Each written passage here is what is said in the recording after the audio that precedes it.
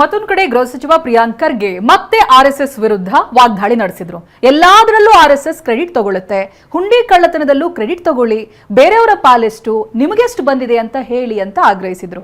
ಇದಕ್ಕೆ ತಿರುಗೇಟು ಕೊಟ್ಟ ಕೇಂದ್ರ ಸಚಿವೆ ಶೋಭಾ ಕರಂದ್ಲಾಜೆ ಪ್ರಿಯಾಂಕ್ ಖರ್ಗೆ ರಾಜ್ಯದ ಗೃಹ ಸಚಿವ ಅಲ್ಲ, ಅವರು ಆರ್ಎಸ್ಎಸ್ ಸಚಿವ ಅಂತ ಲೇವಡಿ ಮಾಡಿದ್ದಾರೆ. ಇದ್ದಿದ್ದಲ್ಲಿ ನಿಮ್ಮ ಚಂಪಕ್ ರಾಯ್ ಅಂಡ್ ಕಂಪನಿ ಎಲ್ಲರೂ VHP ದವರಲ್ವಾ, ಅಧಿಕೃತ ಆಫೀಸ್ ಬೇರರ್ಸ್ ಅವರು, ಪದಾಧಿಕಾರಿಗಳವರು. VHP ಹುಟ್ಟಾಕಿದ್ದು ಯಾರು? ಗೋವಾಲ್ಕರ್ ಅವರು ಯಾರು? ನಿಮ್ಮ ಲೀಡ್ರೇ ಅಲ್ವಾ? RSS ಲೀಡ್ರೇ ಅಲ್ವಾ? Take credit for this also. ಬಹಿರಂಗವಾಗಿ ಬಂದು ಸುಮ್ಮನೆ ನಿಮ್ಮ ಯಾವುದೋ ಒಂದು ಚಾನೆಲ್ನಲ್ಲಿ ಹೇಳ್ಬಿಟ್ಟು ಸೋಷಿಯಲ್ ಮೀಡಿಯಾನಲ್ಲಿ ಬಿಡೋದಲ್ಲ. ಏನಾಗಿದೆ, ಹೇಗಾಗಿದೆ, ನಿಮಗೆ ಎಷ್ಟು ಪಾಲು ಬಂದಿದೆ, ಬೇರೆಯವರಿಗೆ ಎಷ್ಟು ಕೊಟ್ಟಿದ್ದೀರಾ,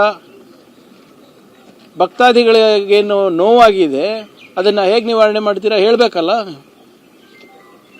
ಎಲ್ಲದಕ್ಕೂ ಕ್ರೆಡಿಟ್ ತಗೊಳೋರು ಕಳ್ತನ ಆದಾಗ ಯಾಕೆ ಸುಮ್ಮನಿದ್ದೀರಾ? ಕರ್ನಾಟಕದ ಗೃಹ ಇಲಾಖೆ ಎಲ್ಲಿದೆ?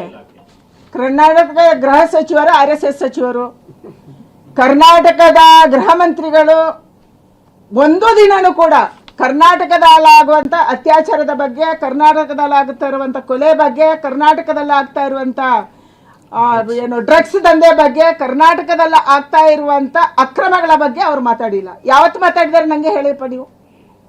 ಅವರು ಪ್ರತಿನಿತ್ಯ ಬೆಳಗ್ಗೆದ್ರೆ ಮಾತಾಡೋದು RSS ಬಗ್ಗೆ.